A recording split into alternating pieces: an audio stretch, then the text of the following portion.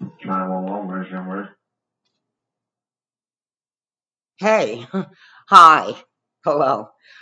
Welcome to Diana Emerson. Today we're listening to 7 most disturbing cases you have ever heard. These are true crime. Yes, sir. Right, and what's your...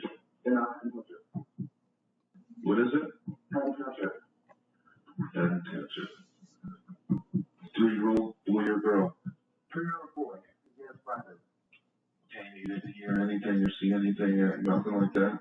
No, I just woke up, like, he wasn't in my car. I don't know if he wandered out or what happened. I don't know where he is. The door was locked. I guess he unlocked it and left. Alright, and your address is? Yes. Yes. Okay, you're already at the police on the way, sir. What is your name? My name is Peter. In the early morning of October 13th, 2015, David Jr. Criado, a 21-year-old, placed a distressing call to 911 reporting the disappearance of his 3-year-old son, Brendan, from their New Jersey home. Despite the distressing situation of his 3-year-old son being missing, David Jr., also known as DJ, maintained a composed demeanor as he reported the incident. He patiently answered as police tried to get details to understand the circumstance of the disappearance of a 3-year-old. He pointed out the possibility of Brendan opening the front door by himself and going out. His unusual demeanor raised questions about what could have led to the disappearance of such a young child. Did Brendan actually go outside by himself? Or could a darker and more sinister explanation lurk beneath the surface? Hi, and welcome to M7 Crime Story Time, where we shed light on solved, unsolved, and twisted cases across the world.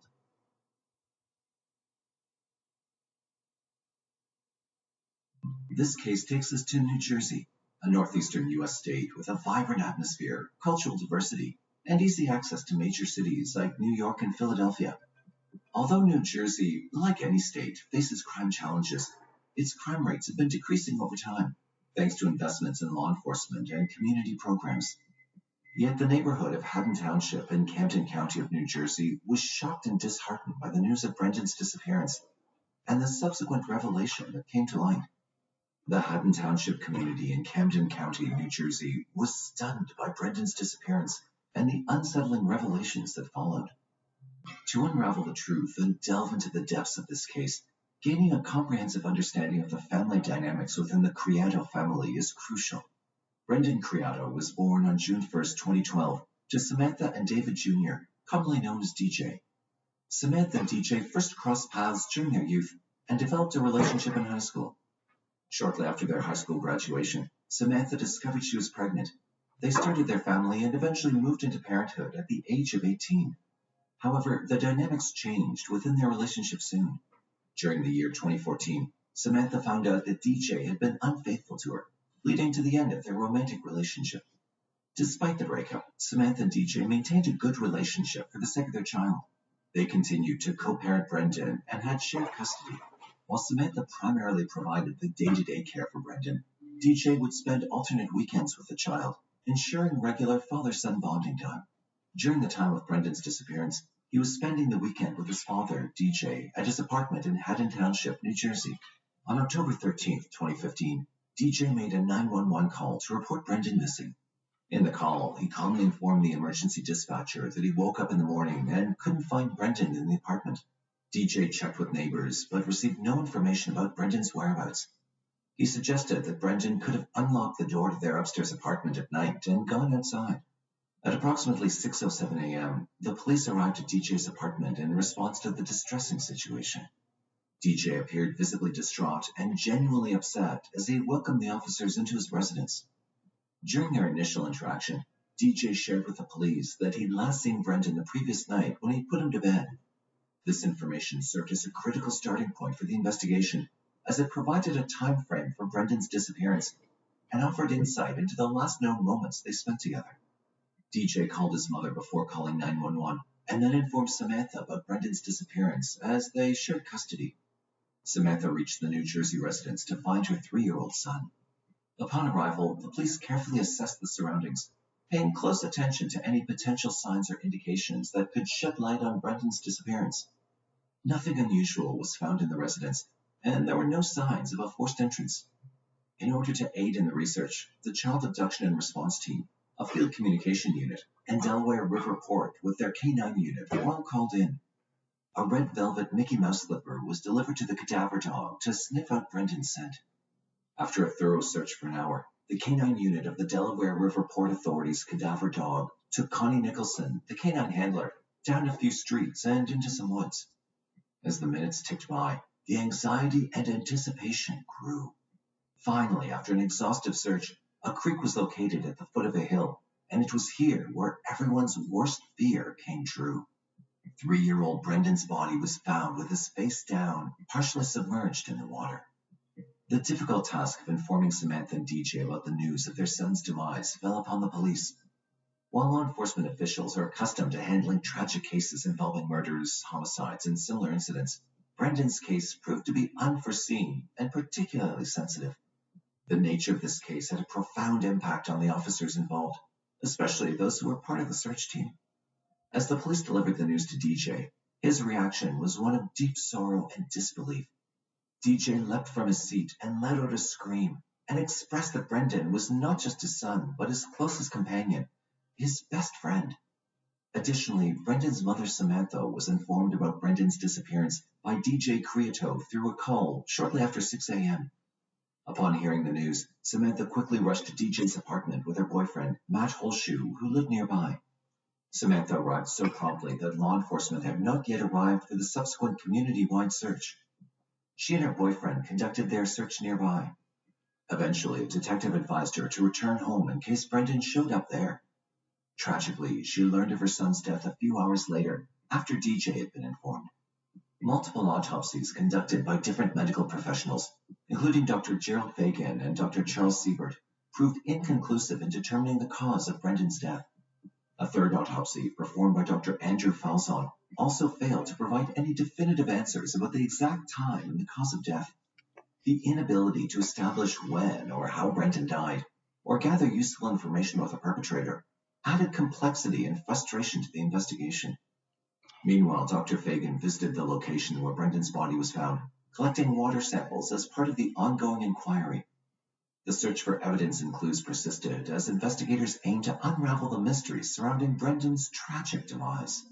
After eliminating assault and drugging as potential factors, the investigation into Brendan Creoto's tragic death involved a series of thorough examinations.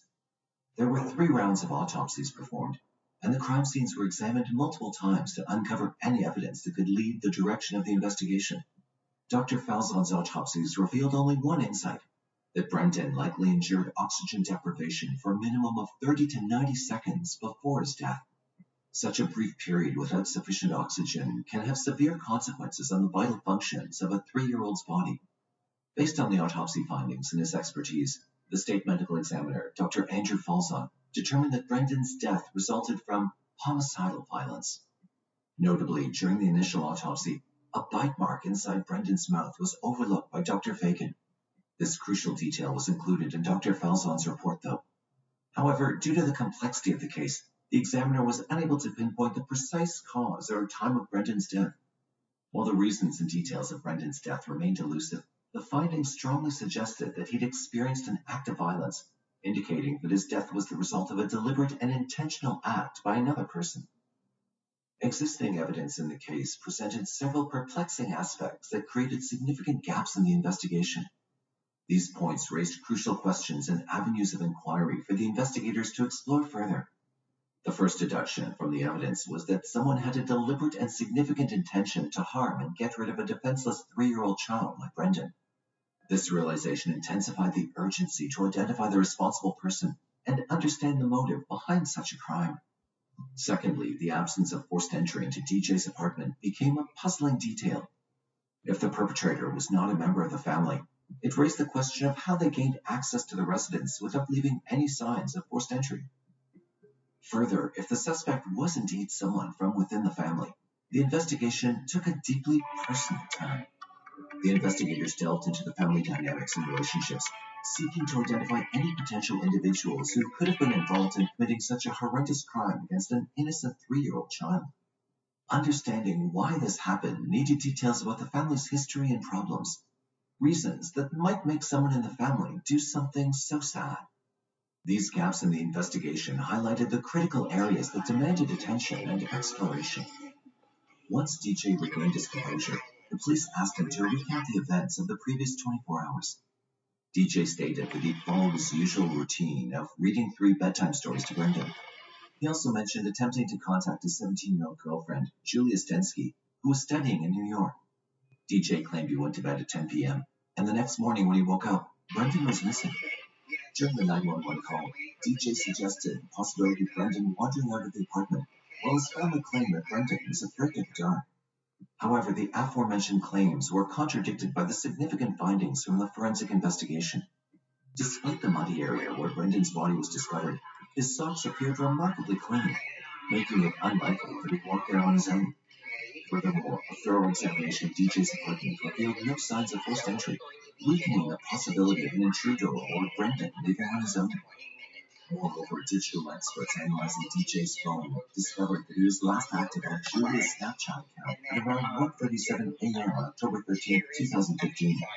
This was in contrast to DJ's police statement, according to which he claimed to have gone to bed on October 12th at 10 p.m. and discovered Brendan missing at 6 a.m. Additionally, reports emerged that a few days before the murder, DJ had taken a photo of the spot where Brendan was later found. This spot held personal significance for DJ and was considered spiritual, with Julia testifying that she'd visited it multiple times with DJ in the past. These revelations further intensified suspicions surrounding DJ's involvement in Brendan's disappearance. The accumulating evidence challenged his account of events, indicating potential inconsistencies and raising questions about the circumstances leading to Brendan's tragic death. After detailed investigation and collecting information, it was found that the nature of Julia and DJ's relationship went through significant changes since they began dating. Analysis of their communications revealed that they'd exchanged over 9,000 text messages within the past 4 months. Some of these texts uncovered Julia's expressions of disdain towards Brendan, indicating that she harbored negative feelings towards the young child. Investigators discovered that Julia had repeatedly given DJ an ultimatum, demanding that he choose between her and Brendan. The retrieved texts also hinted at DJ's own insecurities regarding a college acquaintance who had spent significant time with Julia. This fueled DJ's jealousy and paranoia. Moreover, Julia persistently pressured DJ to give up custody of Brendan or end their relationship. This created intense tension and conflict between them. Prior to Brendan's passing, on June 11, 2015, Julia and DJ had arguments about Brendan's presence while she was visiting on the weekend. The following day, on June 12, 2015, DJ dropped Julia off at a train station around 6:48 a.m. The police were able to eliminate Julia as a suspect. They obtained her swipe log from her college dorm at Pace University, confirming that she was in New York on October 13th. However, despite her exclusion as a suspect, the hurtful remarks made by Julia about a 3-year-old boy could not be excused. The investigation delved into the dynamics between Julia and DJ, uncovering a troubled relationship plagued by disagreements and ultimatums. While Julia's involvement in the crime was ruled out, the nature of the texts shed light on the strained dynamics within the relationship and provided additional context for understanding the events leading up to Brendan's death. The combination of circumstances and gathered evidence pointed towards DJ as the perpetrator of his son's death, leading to his arrest on January 11, 2016. DJ stood trial before the court for the murder charges of his own son Brendan in Camden Court. It was the first time that authorities presented a motive, as Assistant Prosecutor Christine Shaw put forth her contention. She argued that the 22-year-old DJ had taken the life of his son to maintain a relationship with his 17-year-old girlfriend. According to Shaw, DJ's actions were driven by paranoia and jealousy, which consumed him. During the trial, the prosecution presented the 9,000 text messages exchanged between DJ and his girlfriend over a span of 4 months before Brendan's death. This evidence aimed to emphasize the intensity and complexity of their relationship. These exchanges formed a critical part of the prosecution's case, pointing to DJ's state of mind and the potential influence it had on his actions. The presentation of this motive shed new light on the trial, unveiling a narrative centered around DJ's desire to salvage his relationship at any cost. The proceedings sought to provide clarity and bring justice for the tragic loss of Brendan's life, revealing the layers of emotions and circumstances that contributed to this case.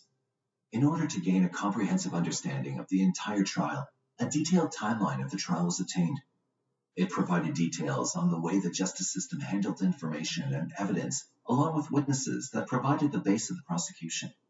On April 1, 2016, defense attorney Richard Fushino Jr. filed a motion to dismiss the charges against DJ Crieto, claiming that his client had not been read his rights during the investigator's interview. Prosecutors strongly countered this argument, deeming it absurd. However, on May 16, 2016, Superior Court Judge John Kelly rejected the defense's request to dismiss the murder indictment against Crieto, stating that the motion lacked merit and the case proceeded to trial. June 14, 2016 marked a significant moment as video footage of Crieto being informed about his son's death by detectives was played in the courtroom for the first time during an evidence hearing. The emotional display in the video showcased Crieto's disbelief and heartbreak as he cried out, expressing his deep love for Brendan, calling him his best friend. Judge Kelly dismissed the defense argument, claiming that Crieto did not give authorities permission to search his cell phone, and ruled out that evidence obtained from the phone can be admitted at the trial.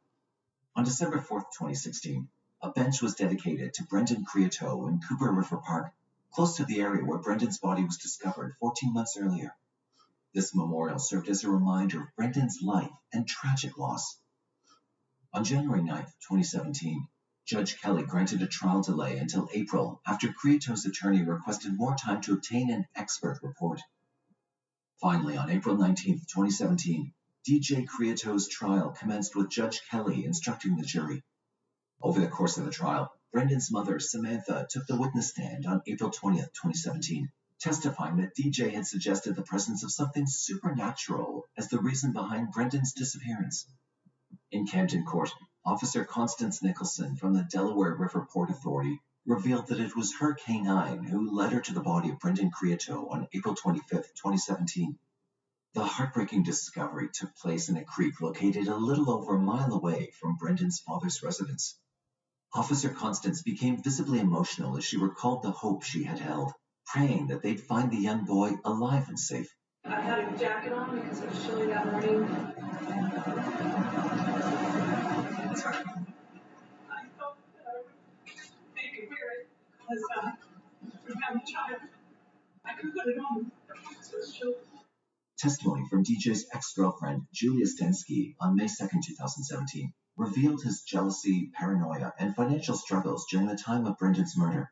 I was 17 at the time. I just didn't think I was ready for the responsibility of caring for another woman's childhood. Digital forensic examiner Louis Sincano testified on May 16, 2017, about DJ snooping on Julia's social media accounts prior to reporting Brendan missing.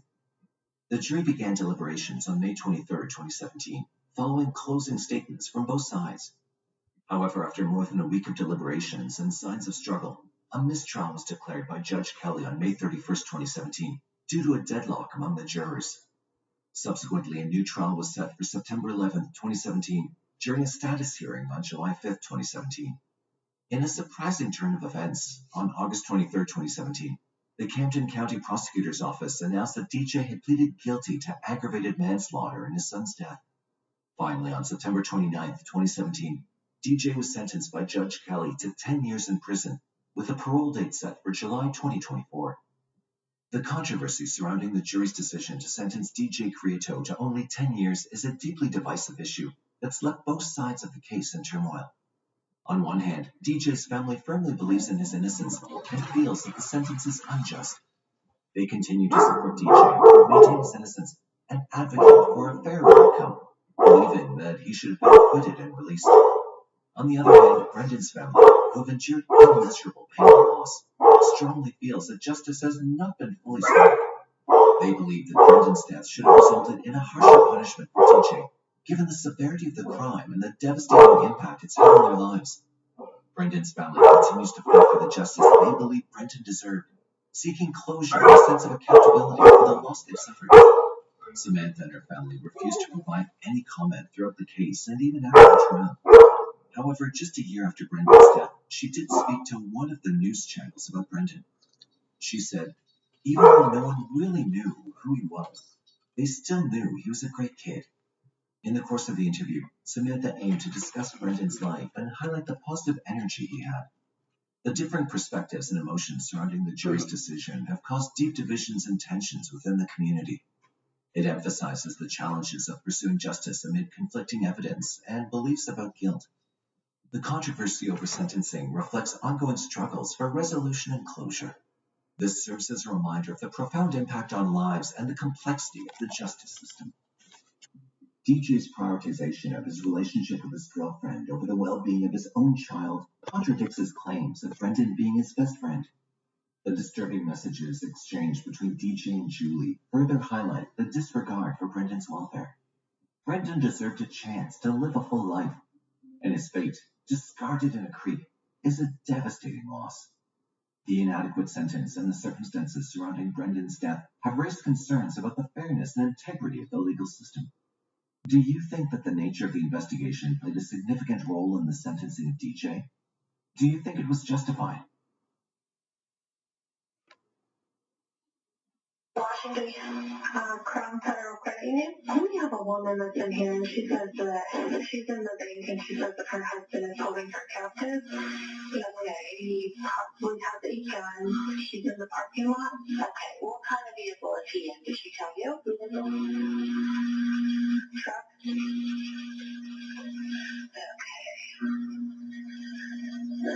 A black truck. We tried so hard to get them apart. At night, he would tie a cord around her neck and then tie it to himself so that she couldn't escape when he slept. It wasn't him. It's two different people. It was like a bad penny. It just kept coming back. I went up to the DA's office and was talking to Kristen, and I come around there, and there was my daughter standing there. It's so hard. Governor Tom Wolf signed Senate Bill 449, also known as Tierney's Law.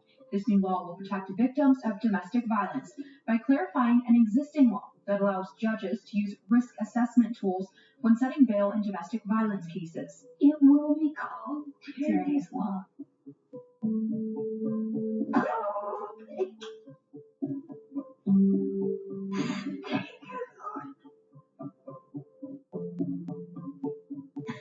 At least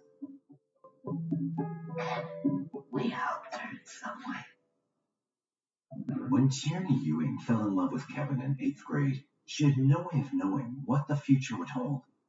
Their love was deep and all-encompassing. In 1986, at the mere age of 18, Tierney married her childhood sweetheart, Kevin. The couple went on to have 2 children, building a lovely family together in Washington County, Pennsylvania. But behind closed doors, all was not as it seemed. In 2001, the couple had a major fight and almost parted ways. However, on June 26, 2016, 48-year-old Tierney called in sick at work and suddenly cut contact with her family and friends. As the days passed with no sighting or news of Tierney, it seemed as if she had disappeared. Did Tierney have enough and simply run away? Or did something horrible happen to her? Today's story takes us to Washington County in the U.S. state of Pennsylvania. Washington County boasts a population of 209,000 as of the 2020 census. Established on March 28, 1781, it was named after George Washington, the renowned leader of the American Revolutionary War and the first president of the United States.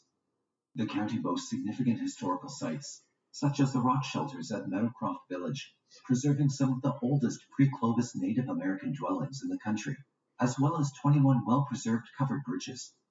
The county is also known for the historic Whiskey Rebellion that occurred during the 1790s. Washington County has a lower rate of violent and property crime than the national average, making it a safe place to reside. This community was Kevin and Tierney Ewing's home throughout their lives. They grew up and also raised their kids in West Findlay Township on the western edge of the county. Tierney Rochelle Kopko Ewing was born on January 10, 1968, in Washington County, Pennsylvania, to Richard and Annelle Kopko. She was raised in a close-knit and loving family with her 2 sisters, Tasha and Toya. Tierney's remarkable qualities were evident in the close bond she shared with her sisters. Growing up, The girls were inseparable and did everything together until Tierney entered 8th grade and met Kevin Ewing. Tierney's life took a decisive turn when she began a relationship with Kevin during 8th grade. The change she underwent became apparent to all, particularly her sisters. Kevin Ewing, a year her junior, was a fellow resident of the county and shared the same school. As Tierney's connection with Kevin deepened, her once active social life began to wane. His influence prompted her to gradually distance herself from friends, and, remarkably, even her own family, marking an early sign of distress for Tierney's sister, Tasha. It was agonizing for her loved ones to witness Tierney's liveliness dimmed by the encroaching dominance of Kevin. Emil Kopko, Tierney's mother, grappled with mounting concern about the repercussions of this relationship. Despite her best efforts to sever the ties, Tierney remained resolute. We tried so hard to get them apart. He was like a bad penny. It just kept coming back. In 1986, at the tender age of 18, Tierney made the life-altering decision to marry Kevin. They welcomed 2 children, a daughter named Morgan and a son named Derek. Beneath the facade of family life, however, lurked a sinister side to Kevin. However, a dark and troubling reality was unfolding behind closed doors. Kevin concealed a sinister and violent side, tainted by a disturbing criminal history. He became an abusive spouse, with Tierney bearing the brunt of his anger and aggression. What seemed like a harmonious partnership to the world was, in fact, a cycle of torment and suffering for Tierney. In 2001, a violent incident at the hands of Kevin compelled Tierney to seek legal protection through a court-issued protection from abuse order. The severity of the situation was evident in her injuries, which required hospitalization. She had been hospitalized or required medical treatment from those injuries. He had also beaten her. He had slammed her about the room. She had bruises on her shoulders, her back, her legs. He had duct taped her mouth shut and with zip ties and duct tape tied her in a closet for an extended period of time. At night, he would tie a cord around her neck and then tie it to himself so that she couldn't escape when he slept. Despite the court order and very tangible danger she faced, Kevin's threats to harm her family left Tierney with fear. The safety of her children and aging parents bound her to him, and in a wrenching decision, she returned to him. Tierney's resilience was remarkable as she endured the agonizing confines of a tumultuous marriage, all the while meticulously shielding her family from the horrors she faced. Then, in June 2016, a new chapter began as Tierney and Kevin separated, signaling a glimmer of hope for her to regain control over her life's direction. From June 26 to July 8, 2016, over the course of 12 consecutive days, Tierney disconnected from her usual routines. Let's take the measurements here. Let's see, because it's supposed to be 6 by 6, but this is coming out a little funny. When you're doing this type of stitch, it does curl. Where did Tierney Ewing go? For 12 days, Tierney Ewing suffered in captivity, enduring unimaginable torment inflicted by her husband, Kevin Ewing. Her life became a living nightmare, isolated from the comfort and support she desperately needed. Each night, Kevin would mercilessly bind a tight cord around her neck, holding her hostage like an animal while he slept. The mere thought of escape was impossible for Tierney. But that was not the extent of Kevin's cruelty. He'd often press a gun against her temple, threatening to kill her and reminding her of how fragile she was. Kevin was very controlling of her. He was controlling of her phone calls, of who she saw, where she went, what she did, and that was the norm for them from the time that she was very young. His threats echoed in her ears, promising to snuff out her life and those she held dear. Kevin reveled in his ability to manipulate her, deriving sadistic pleasure from the fear that danced in her eyes as he threatened to harm her aging parents. Tierney was her husband's prisoner, controlled by the whims of a man consumed by darkness and rage. He dictated her every move and controlled every aspect of her life. Okay, for Tierney, I think about freedom 3 became more. a distant memory, 3 more even rows. as the world around her continued on, oblivious to the horrors she faced. Throughout the agonizing 12-day ordeal, Kevin's evil grip on Tierney's freedom tightened like a vice. Even her most private moments were stripped away of dignity as he hovered over her like a relentless shadow. He even followed her to the bathroom. He went everywhere with her, to the bathroom, everywhere. There was no respite for Tierney, and no mercy from her ruthless captor. Kevin's sadistic tactics knew no bounds. Knowing that Tierney was afraid of water and couldn't swim, he forcibly took her to a lonely location near a large body of water, threatening to drown her. He gained a cruel pleasure in exploiting her deepest fears. He took her to a very desolate area, to a location near water. She was terrified of water. She couldn't swim. When Tierney dared to make an attempt to leave, Kevin's rage exploded. He used a searing hot rod to callously burn her legs, leaving scars that would forever bear witness to her suffering. During that time, he had a metal rod that he put in a fire that they cooked hot dogs on, and he had burned her legs several places up and down her legs. Kevin also stomped on her foot, making it impossible for her to run. From then on, Tierney was forced to wear flip-flops, a constant reminder that she was powerless to escape her prison of physical and emotional abuse. Finally, after enduring 11 horrible days of captivity, a glimmer of hope opened up for Tierney. On that fateful 12th day, an unexpected chance for escape presented itself, and Tierney grabbed at it with both hands. However, this opportunity could potentially cost her life. On July 8, 2016, Kevin made a critical mistake. At gunpoint, he forcefully directed Tierney to a nearby credit union to handle their mortgage payment. However, in an unexpected twist, Kevin allowed Tierney to enter the credit union alone, granting her a rare moment of independence. Tierney bravely seized the chance to confide in the staff, urgently sharing her story of captivity and imploring them to help. Washington 911, where's your emergency?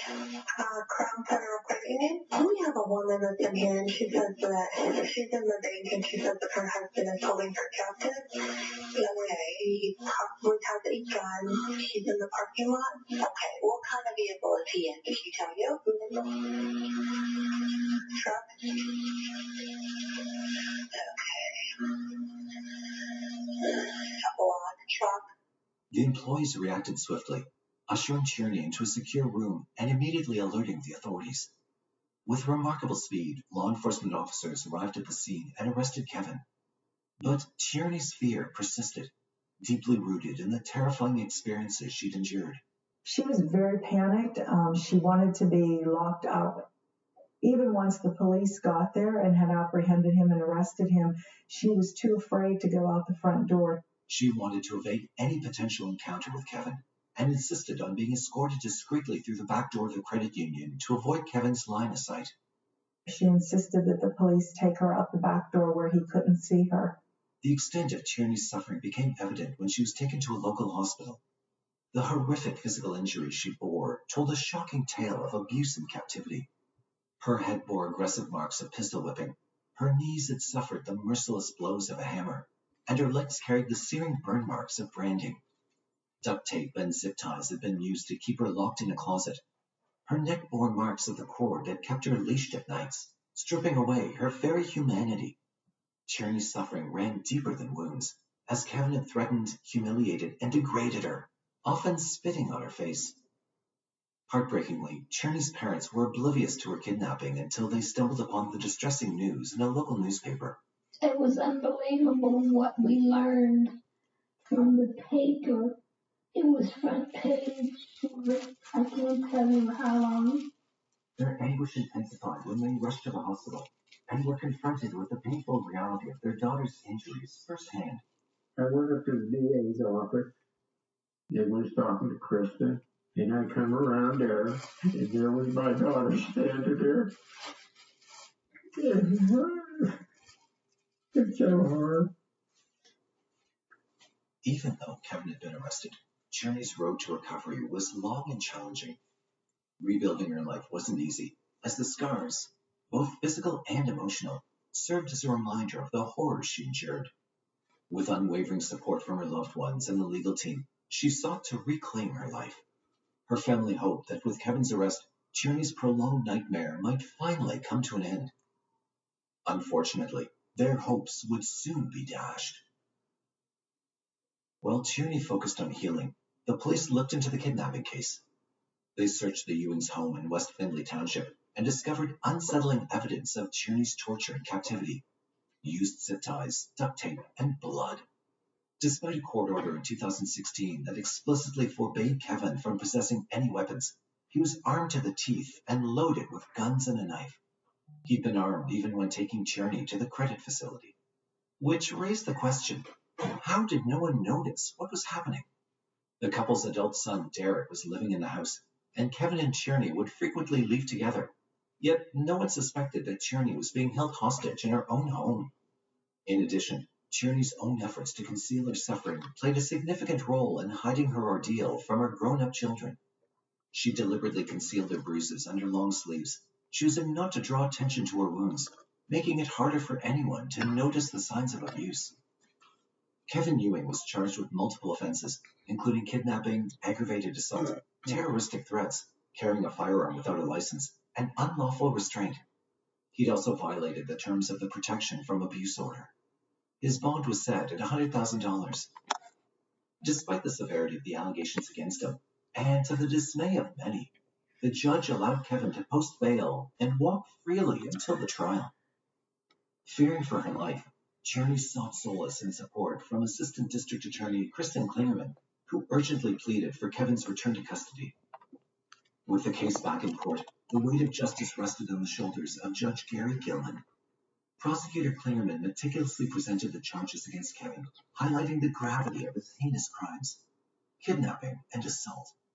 To strengthen her case, she included photographic evidence that bore witness to the extent of Tierney's injuries, emphasizing Kevin's possession of firearms despite his prior conviction for domestic violence.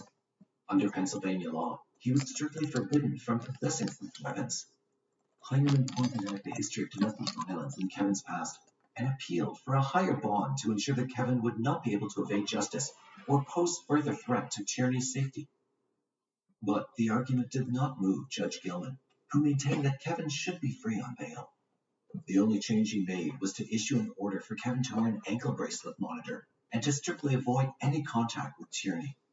Even then, the judge didn't agree to an ankle monitor that would be able to transmit Kevin's precise location at all times. Instead, he instructed that the ankle monitor be able to give a signal if Kevin ever left the house. This was despite the fact that Tierney had been confined and tortured mostly in the house.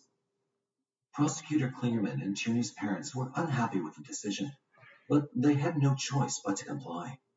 They could only hope that these precautions would protect the battered wife from her tormentor. In the initial weeks after his release, Kevin appeared to comply with the conditions of his bond, intentionally playing the role of a reformed man. But it was all a calculated strategy to lure Tierney back into his clutches again. Tragically, his plan unfolded with devastating precision. Despite the court order prohibiting contact and the ankle bracelet monitoring his location, the toxic relationship between Kevin and Tierney persisted. Against all odds, Tierney found herself back in the house with Kevin and his mother, Rosalie. The complexities of domestic violence and the psychological dynamics at play made it difficult for Tierney to sever ties completely. Her sister, recognizing the immense bravery of Tierney's actions, believed it was an act of selflessness, another desperate attempt to shield their loved ones from Kevin's wrath. But this would come at a heavy cost to Tierney. I think the top priority was to keep everyone safe. And she didn't want anybody else straight into this with her. On the midnight of August 30th, 2016, Kevin Ewing initiated the final chapter of his ill-fated romance. Kevin's mother, Rosalie, made a distressing call to the Pennsylvania State Police, informing them that Kevin had taken Tierney hostage in the basement of their home at gunpoint. By the time police arrived, Kevin had forcefully removed Tierney from the house, driven away with her in their vehicle to an unknown location. He'd cut off his ankle monitor, which, surprisingly, had failed to notify the authorities the way it was supposed to. The gravity of the situation was starkly apparent to the police. Less than 2 months after her 12-day ordeal of captivity, Tierney Ewing had been abducted yet again by her husband. When Assistant DA Kristen Klingerman received the distressing news at 5:30 a.m., she knew deep down that a tragic ending was inevitable. I received a call at about 5:30 a.m. that he had taken her, and that's when I knew there wasn't going to be a happy ending. Despite exhaustive efforts by law enforcement to locate the pair all morning, the search efforts proved fruitless. We had worked the case all day and hadn't had any luck in locating them. In the afternoon, a vigilant local farmer made a startling discovery in a remote field in rural Washington County. He noticed a peculiar sight, a pair of blue jeans protruding from a barn window. The farmer quickly alerted the police, who swiftly responded to the scene. Their arrival was met with screams and gunshots, shattering the calm of the countryside. Pennsylvania State Trooper Sarah Teagarden recounted the chilling sequence of events. The police officers, upon reaching the scene, were met with the haunting echoes of multiple gunshots and anguished cries. The first gunshot rang out, followed by the distressed plea of a female voice. "Why'd you have to shoot me?" A man's voice responded with a callous command, "Get out of here," followed by a second ominous shot. At last, a third and final gunshot reverberated through the air. They heard the initial shot. They heard a female voice say, "Why'd you have to shoot me?" And they heard the second shot.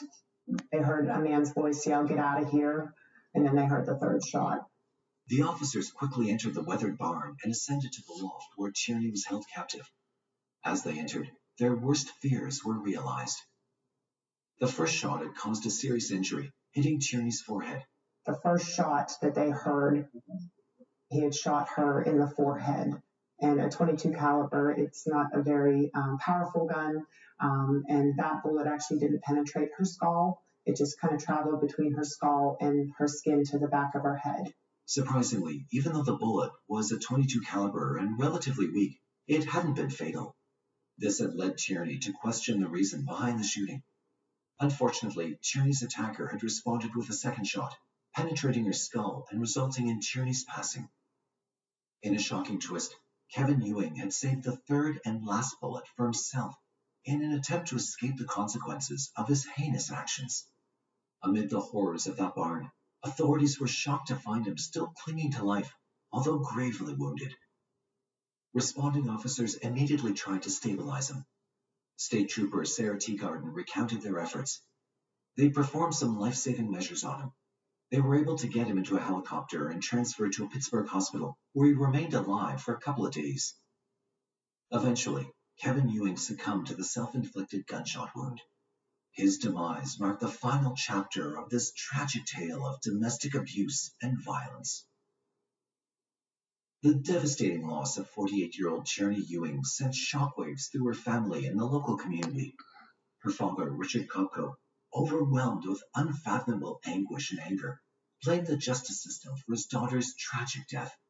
He expressed his frustration in an interview. "What can I say? My daughter's dead, and he's sick, and the judges let him go. Oh, big deal. They put a bracelet on him, and she's 6 miles away. Come on, give me a break. There's something wrong with the judging system in this country."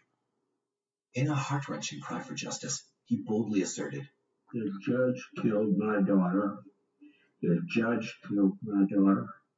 The accusations were firmly aimed at Judge Gary Gilman, the presiding judge in Tierney's case who had allowed Kevin to post bail. However, amid the outpouring of grief, Tierney's tragic story stirred a path-breaking change. Pennsylvania State Senator Camara Bartolotta, who was profoundly moved by the harrowing account of domestic violence, felt an unshakable resolve to prevent similar tragedies from unfolding in the future. Senator Bartolotta took bold actions by introducing a critical piece of legislation specifically addressing the issue of domestic violence.